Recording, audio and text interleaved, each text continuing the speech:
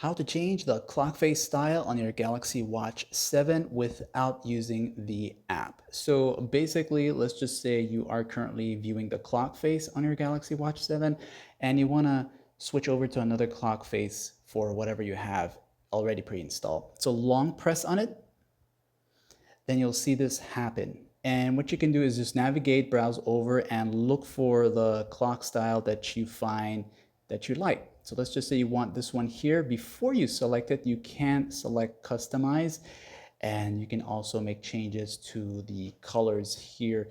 Let's just say the hand colors here. You can swipe down like that.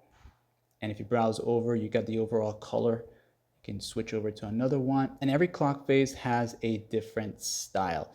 And once you're done with all these changes, such as this here, and all of that here, you can just press the main button, the one with the orange highlight. That's gonna automatically set that new clock face for you. And of course, you can also sync your watch with the app and install some more clock faces, like and so.